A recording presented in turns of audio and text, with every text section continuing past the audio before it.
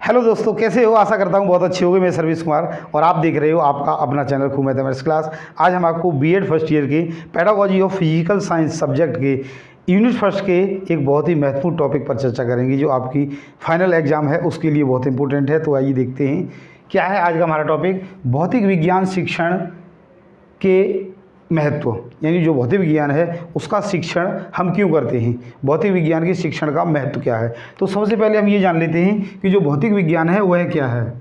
भौतिक विज्ञान,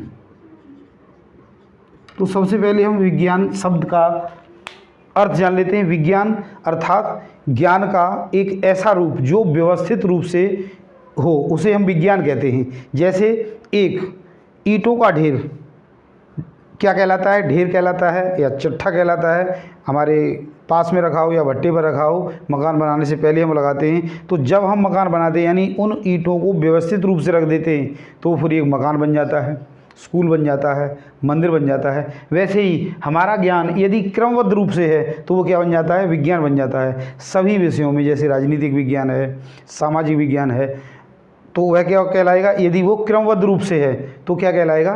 विज्ञान कहलाएगा। जैसे व्यवस्थित रूप से ईंटों मकान बनता है, उसी प्रकार ज्ञान को व्यवस्थित रूप रखने से क्या बन जाता है? हमारा विज्ञान बन जाता है। अब हम देखते हैं भौतिक विज्ञान है। इसके अंतर्गत आप दो सब्जेक्ट पढ़ोगे, एक होगा फिजिक्स और एक होगा केमिस्ट्री, अर्थात भौतिक विज्ञान और रसायन विज्ञान, भौतिक शास्त्र और रसायन शास्त्र। तो भौतिक विज्ञान है, इसके अंतर्गत हम किन चीज़ों का अध्ययन करते हैं? सबसे पहले हम ये जान लेते हैं। भौतिक विज्ञान के अंतर्गत जो निर्जीव पदार्थ हैं, निर्जीव पदार्थों का अध्ययन हम करेंगे। निर्जीव पदार्थों का, कुछ विद्वान कहते हैं कि जो भौतिक विज्ञान है वह है पदार्थों का विज्ञान है। तो पदार्थ अर्थात एक ऐसी वस्तु जिसमें बाहर है और जो स्थान घेरती है उसे हम पदार्थ कहते हैं। तो इसमें तो मैं भी हूँ, पेड़ पौधे भी हैं, पशु पक्षी भी हैं। जबकि उनका अध्ययन या हमारे शरीर का अध्ययन, मानव के शरीर का अध्ययन, उसके क्रियाकलापों का अध्ययन हम किस में करते हैं? बायोलॉजी में, यानी जीव विज्ञान के अंतर्गत करते हैं। और यहाँ पर हमने क्या करना है? भौतिक विज्ञान में अर्थात हमारे परिवेश में घटित होने वाली घटनाओं का अध्ययन जो निर्जीव पदार्थों से संबंधित हैं, उसको हम अध्ययन कहाँ करते हैं?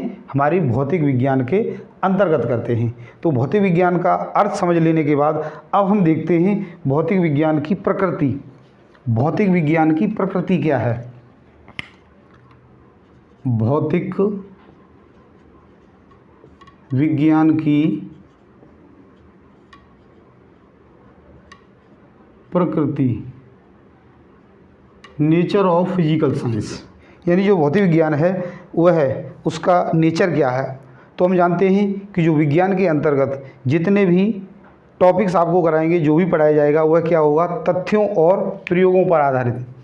तथ्य, कथन और प्रयोगों पर आधारित अध्ययन है। यानी ऐसा अध्ययन जिसमें तथ्य होंगे, कथन होंगे और प्रयोग होंगे, उसके बाद हम एक परिणाम पर पहुंचेंगे। उसका अध्ययन किसके अंतर्गत करते हैं? हम भौतिक विज्ञान के अंतर्गत करते हैं। अर्थात यहाँ पर हम ऐसे ही बात नहीं करते, जब तक हम प्रमाणित नहीं कर लेते प्रयोगों के द्वारा, तब तक हम उस पर पूर्ण रूप से कोई ठोस बात नहीं कह सकते। उसको हम भौतिक विज्ञान कहते हैं, उसको हम भौतिक विज्ञान की प्रकृति कहते हैं, उसका नेचर कहते हैं। अर्थात एक ऐसा विषय जिसमें हमारे परिवेश में जो घटना घटित हो रही हैं उनके पीछे एक कार्य और कारण संबंध है। अर्थात कोई घटना घटित होगी तो उसके पीछे कोई कारण जरूर होगा, बिना कारण के कोई भी घटना घटित नहीं हो सकती। उसे ही हम क्या कहेंगे? भौतिक विज्ञान का अध्ययन कहेंगे। अब हम देखते हैं कि भौतिक विज्ञान के शिक्षण का महत्व क्या है। अर्थात यदि हम भौतिक विज्ञान अपने विद्यार्थियों को पढ़ाते हैं तो वह हमारे परिवेश से जुड़ी हुई सभी घटनाओं को वैज्ञानिक दृष्टिकोण से देखते हैं। तो विस्तार से देखते हैं हम इसके एक एक पॉइंट को कि जो भौतिक विज्ञान है उसके शिक्षण का महत्व क्या है। तो सबसे पहला पॉइंट आएगा आपका उद्देश्य कथन। उद्देश्य कथन अर्थात हम कोई भी विषय पढ़ें, चाहे भौतिक विज्ञान हो या अन्य कोई विषय हो, उन सभी का एक उद्देश्य जरूर होगा। तो सबसे पहले हम एक उद्देश्य कथन बनाएंगे।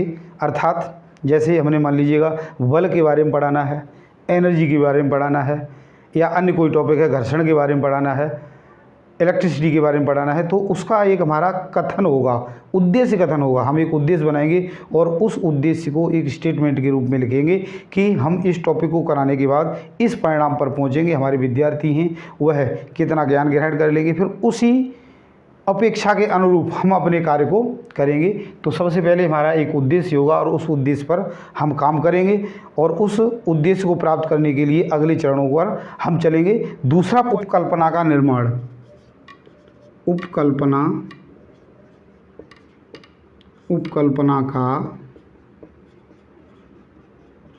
निर्माण। उपकल्पना यानी कोई भी वैज्ञानिक शोध होता है तो उस शोध पर उपकल्पना या परिकल्पना का बहुत महत्वपूर्ण रोल होता है। हम सभी कल्पनाशील हैं, जो भी जीवधारी है वह कल्पनाशील है। आप इस समय बीएड का कोर्स कर रहे हो, बीएड का कोर्स करते समय आपकी एक कल्पना होगी कि हमारी जो परीक्षा होगी उस परीक्षा में इतने अंक प्राप्त करेंगे। अर्थात परिकल्पना या उपकल्पना एक ऐसा थॉट है, ऐसा विचार है जिसकी अभी परीक्षण होना बाकी है, यानी परीक्षण के बाद वह क्या बन जाएगा, एक स्टेटमेंट बन जाएगा, तथ्य बन जाएगा, एक सिद्धांत बन जाएगा। तो उपकल्पना यानी हम कोई सोच रखते हैं, हम कोई सोच लेते हैं। मान लीजिए आप स्कूल जा रहे हैं, स्कूल जाने से पहले आपने देखा बस से जाते हो तो बस जहाँ पर बस खड़ी होती है वहाँ पहुँचने से पहले आपकी परिकल्पना हो सकती है कि बस इतने बजे आएगी, 9 बजे आएगी, 9:30 बजे आएगी, और वहाँ पर पहुँचने के बाद आप देखोगे कि बस 9:35 पर आई या 9:30 बजे ही आई। तो वह आपकी परिकल्पना का परीक्षण है। या आपके मार्क्स कितने आएंगे, आपके दोस्तों का व्यवहार आपके साथ कैसा है, पहले हम परिकल्पना कर देते हैं, उसके बाद फिर हम उसका परीक्षण करते हैं।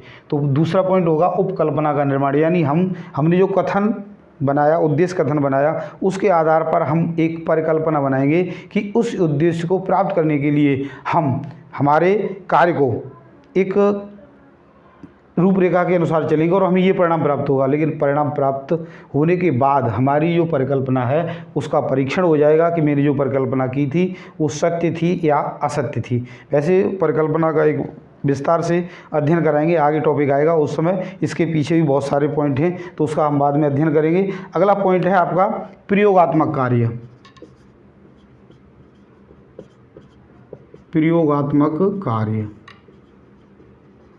अर्थात हमने जो उपकल्पना का निर्माण किया, जो परिकल्पना की, उस पर हम प्रयोग करेंगे। अर्थात आप स्कूल जाने के लिए सुबह उठे, नहाए, आपने परिकल्पना की कि हम पहुंचेंगे समय से, हमारी क्लास में इतने स्टूडेंट होंगे, तो अब हम क्या करेंगे, घर से चलेंगे। अर्थात हमने कोई भी उपकल्पना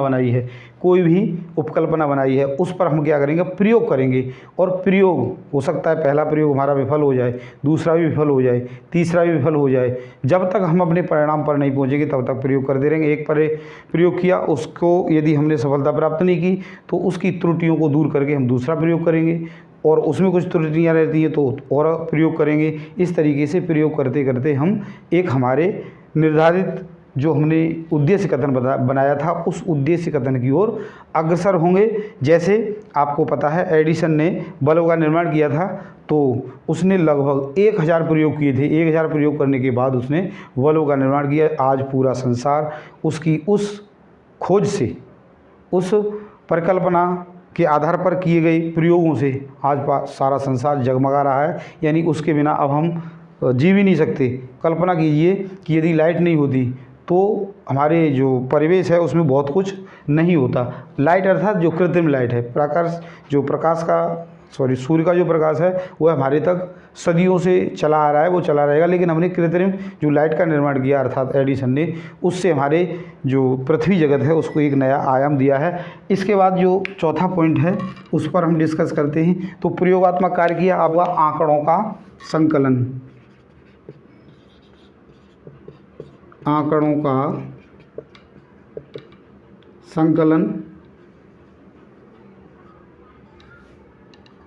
एवं परीक्षण, यानी हमने जो प्रयोग किए उन प्रयोगों के आधार पर जो हमने आंकड़े प्राप्त किए थे उन आंकड़ों का हम क्या करेंगे, सबसे पहले संकलन करेंगे। उन आंकड़ों को रखते जाएंगे, अपने पास कलेक्ट करते जाएंगे, लिखते जाएंगे, ताकि आगे आने वाले प्रयोगों में हम उन गलतियों को ना दोहराएं और जो हमारे सकारात्मक कार्य थे उनको करते जाएं, तब हम अपने परिणाम पर पहुंच सकते हैं।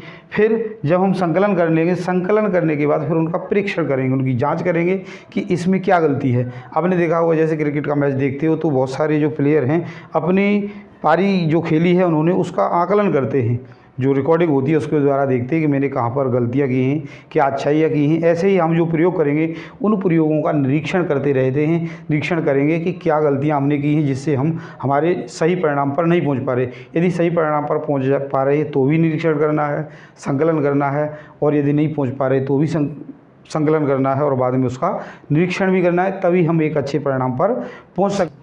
नंबर 5 है निष्कर्ष। निष्कर्ष एवं भविष्य कथन।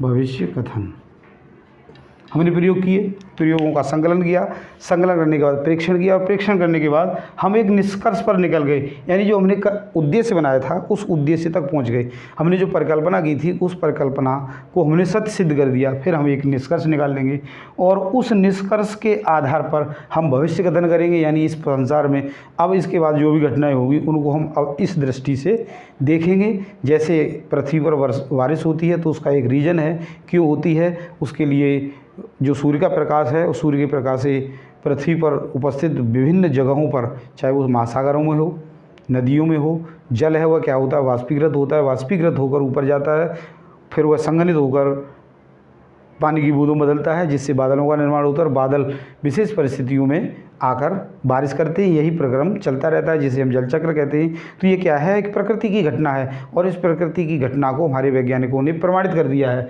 अर्थात उन्होंने निष्कर्ष निकाला। निष्कर्ष निकालने के बाद फिर भविष्य कथन किया कि ऐसा ही होता है, जिसे आज हम बहुत सारी बातों को किताबों में पढ़ रहे हैं। तो ये भविष्य कथन हो गया। छठा पॉइंट है वह आएगा आपका सामान्यीकरण।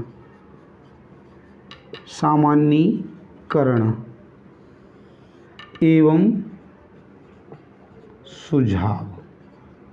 हमने जो निष्कर्ष निकाला अब उसका सामान्यीकरण कर देंगे, अर्थात जनरलाइजेशन कर देंगे, यानी वह सभी जगह एक जैसा होगा, सभी जगह मान्य होगा। यहाँ पर ऐसा भी हो सकता है कि यदि हम किसी जो हमारा विद्यार्थी है उसका आकलन कर रहे हैं, उसका परीक्षण कर रहे हैं, तो वहाँ पर भी यही बात लागू होती है, अर्थात हमने जो परिणाम निकाले उन परिणामों को सामान्यीकृत कर देंगे। अर्थात हमारी पृथ्वी पर, हमारे ब्रह्मांड में जहाँ पर भी है वह घटनाएँ यदि घटित होगी तो उसके पीछे हमने जो आंकड़े संकलित किए थे उससे हमने जो परिणाम निकाला था उस परिणाम के तहत ही वह घटना घटित हो रही होगी, उसके अतिरिक्त और कुछ भी नहीं हो रहा होगा। और सुझाव क्या है, मान लीजिए कोई घटना घटित होती है, आजकल बहुत सारी आपदाएं आती हैं, जैसे चक्रवात आते हैं, चक्रवात के बाद तूफ़ान आते हैं, तूफ़ान आने के बाद बहुत सारे जो व्यक्ति हैं उनको या हमारे परिवेश को नुकसान होता है, तो उसका हमें पहले से पता चल जाता है, क्योंकि हमने उसके लिए कुछ ऐसे उपकरण बना रखे हैं कि हमें पता चल जाता है कि ज्वार भाटे आएंगे, ज्वार भाटे आने से तूफ़ान आएंगे, चक्रवात आएंगे और उससे जान माल का नुकसान हो सकता है। तो हम वहाँ से उन लोगों को हटा लेते हैं, अर्थात उस भविष्य कथन के आधार पर हमने जो भविष्य कथन किया था, सामान्यीकरण किया था, उसके आधार पर हम निष्कर्ष निकालकर सुझाव दे सकते हैं कि आपको इस समय ये काम नहीं करने हैं। जैसे हमें पता चल जाता है कि कुछ दिन बाद बारिश होने वाली है, तो बारिश के समय में हमें अपने आप को कैसे रखना है, सर्दियाँ आनी है कैसे रखना है, फसलों की सुरक्षा कैसे करनी है, या अन्य अन्य काम हैं वो सारे कैसे करने। तो यहाँ पर हम उनको क्या है सुझाव के रूप में दे सकते हैं। अब देखो महत्वपूर्ण पॉइंट है, उसके बारे में डिस्कस करते हैं कि जो भौतिक विज्ञान है, भौतिक विज्ञान के जो निष्कर्ष हैं उनकी विशेषताएं क्या हैं। भौतिक विज्ञान के निष्कर्षों की विशेषताएं, यानी जो भौतिक विज्ञान के निष्कर्ष हैं उनकी विशेषताएं क्या हैं। सबसे पहला तो यही है कि ये जो विशेषता यानी जो निष्कर्ष हैं वह क्या हैं, विश्वसनीय होते हैं। विश्वसनीय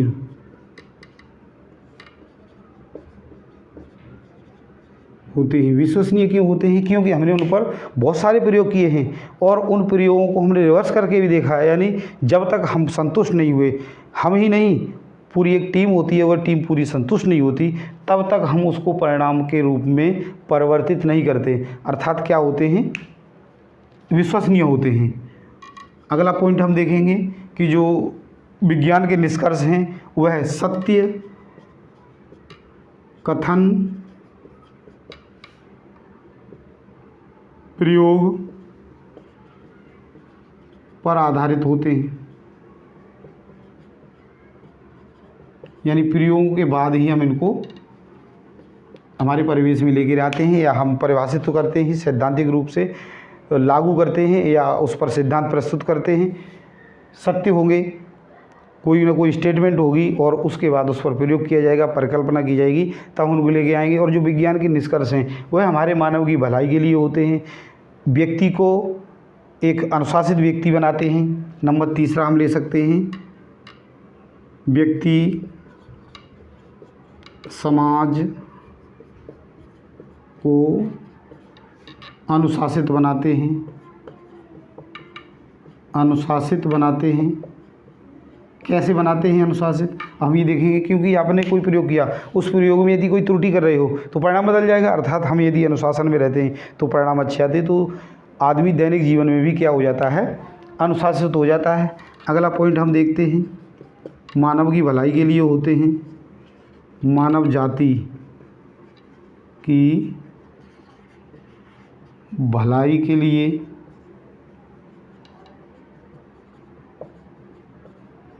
होते हैं, अर्थात हमने जो भी रिसर्च की है भौतिक विज्ञान से संबंधित वो सारी की सारी क्या होंगी, मानव जाति की भलाई के लिए होंगी। और अगला है, अगला हम ले सकते हैं, जीविका कमाने में सहायक होते हैं, अर्थात कोई भी वैज्ञानिक खोज होती है तो उससे हमारे परिवेश में जो घटनाएं हैं, उन घटनाओं से जो परिणाम निकलते हैं, उन परिणामों के आधार पर हम कुछ ऐसे उपकरण बनाते हैं जिन उपकरणों से हमें कम लागत में अच्छा उत्पादन हो जाता है, अर्थात हमारी जीविका कमाने के लिए बहुत ही उपयोगी होते हैं। इस तरीके से हम और भी बहुत सारे इसके विशेषताएं लिख सकते हैं जो कि विज्ञान की विशेषताएं हैं, यानी हमारा जो परिवेश है उस परिवेश में घटनाएं होती हैं। जैसे मान लीजिए हम रोड पर चल रहे हैं, कोई एक्सीडेंट हो गया तो उसके पीछे क्या कारण था, किस तरीके से एक्सीडेंट हुआ, तो उस पर फिर हम आगे वह गलतियां नहीं करते हैं, या और भी जो भी है उसके बारे में हम निष्कर्ष निकालते हैं। अगला हमारा पॉइंट है इसी में कार्य कारण संबंध, कार्य कारण संबंध, अर्थात हमारे परिवेश में जो भी घटना हो घटित होगी वह किसी न किसी कारण के घटित होने पर ही घटित होगी, अर्थात कोई घटना घटती है तो उसके पीछे कोई कारण होता है, कोई कार्य है तो उसका कारण भी ज़रूर होगा। जैसे बारिश होती है तो उसका कारण है, आंधी आती है तो उसका कारण है। आपने देखा होगा कि जो आंधियां हैं वह जब गर्मियों का मौसम होगा तभी आती हैं, सर्दियों में तेज़ हवाएं चल सकती हैं, आंधियां नहीं आती। इसका रीज़न क्या है, इसके पीछे हमें कोई कारण होगा, बिना कारण के कुछ नहीं हो सकता। जैसे मान लीजिएगा ये मैदान है और ये पहाड़ी एरिया है, तो आप जानते हो कि जो पहाड़ी एरिया है यहाँ पर तापमान और यहाँ का तापमान इसमें डिफरेंस होगा। गर्मियों के मौसम में यहाँ पर जो तापमान है और यहाँ का जो तापमान है इसमें बहुत अधिक मात्रा में डिफरेंस होता है, यानी ये बहुत ज़्यादा होता है टेम्परेचर, और बहुत ज़्यादा टेम्परेचर होने से यहाँ की जो हवा है वह क्या है, फैल जाएगी, अर्थात इसका जो घनत्व है वह क्या हो जाएगा, कम हो जाएगा, और कम होने से हल्की हो जाएगी और ये ऊपर की ओर जाने लगेगी, यहाँ पर वायु दाब कम हो जाएगा। क्या होगा, वायु दाब कम होगा, और यहाँ पर वायु दाब क्या होगा, ज़्यादा होगा, क्योंकि यहाँ पर जो तापमान है वह बहुत कम होगा और वायु दाब ज़्यादा, वायु दाब अधिक होगा, अर्थात हवा नीचे की ओर प्रेशर करेगी और ये ऊपर को जा रही है, अर्थात यहाँ पर स्पेस खाली मिलेगा तो यहाँ से हवाएं तेज़ी से इधर की ओर चलने लगेगी, तो क्या होगा, तूफान। सर्दियों में क्या होता है, टेम्परेचर का जो डिफरेंस है वह थोड़ा होता है, इसलिए धीमी हवाएं चलती हैं, और जब टेम्परेचर का जो अंतर है वो बहुत ज़्यादा हो जाता है तो क्या होता है, आंधी आ जाती है। ऐसे ही हम बहुत सारी घटनाओं का जिक्र कर सकते हैं। बादल बरसते हैं उस समय बिजली या जो तड़ित है वह क्यों घटित होती है, तड़ित झंझावात क्यों बनते हैं, उसके बारे में भी हम डिस्कस कर सकते हैं। क्या होता है तड़ित झंझावात, यानी बारिश के दिनों में जो आकाश में बिजली चमकती है उसके पीछे क्या कारण है। यानी देखो ये है हमारी पृथ्वी और इस पृथ्वी पर बहुत सी जगह जलाशय हैं। उन जलाशयों से ये सूर्य है और इस सूर्य की रोशनी से ये क्या होता है, वाटर वेपर बनकर ऊपर जाती है। और इसमें क्या होता है, ये जो वाटर वेपर हैं इनमें एक गुप्त ऊष्मा होती है, गुप्त ऊष्मा, गुप्त ऊष्मा होती है। ये इसको साथ लेकर जाते हैं और जो पहले से गए थे वह भी साथ लेके आए, यानी जो बादल हैं जब ये पानी नीचे को आता है यानी इनमें भी गुप्त ऊष्मा है और इनमें भी गुप्त ऊष्मा है और ये दोनों किसी एक जगह पर आपस में टकराते हैं, अर्थात इस तरीके से इनमें घर्षण होता है और घर्षण होने से यहाँ पर क्या है, आवेश उत्पन्न हो जाता है, आवेश उत्पन्न होगा और यह आवेश ही क्या है, विद्युत के रूप में चमकने लगता है। तो आशा करता हूँ मेरे द्वारा समझाए गए इस टॉपिक को आपने अच्छे से समझ लिया होगा। समझ लिया, हमारी वीडियो को पसंद किया लाइक और शेयर जरूर करें और यदि अब तक आपने हमारे चैनल को सब्सक्राइब नहीं किया तो प्लीज़ सब्सक्राइब जरूर करें। आज के लिए इतना ही, कल फिर मिलते हैं इसी यूनिट के सेकंड टॉपिक के साथ। धन्यवाद।